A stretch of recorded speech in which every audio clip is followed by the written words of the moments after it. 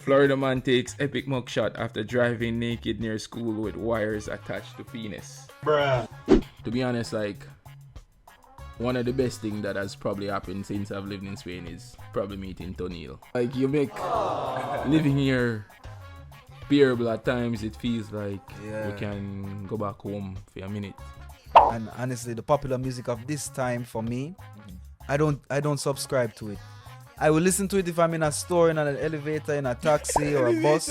If I come to your house and you make me chicken, you're not gonna taste it. You're not gonna try it. No. You know I wouldn't eat that chicken. I'm sorry, bro, but if you can't taste it, I'm not going to eat it.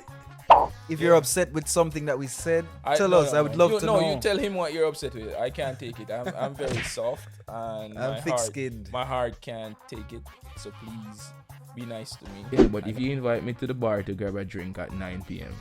What am I doing there at 9 p.m.? To be the bartender? Yeah, I don't work choose there. a song?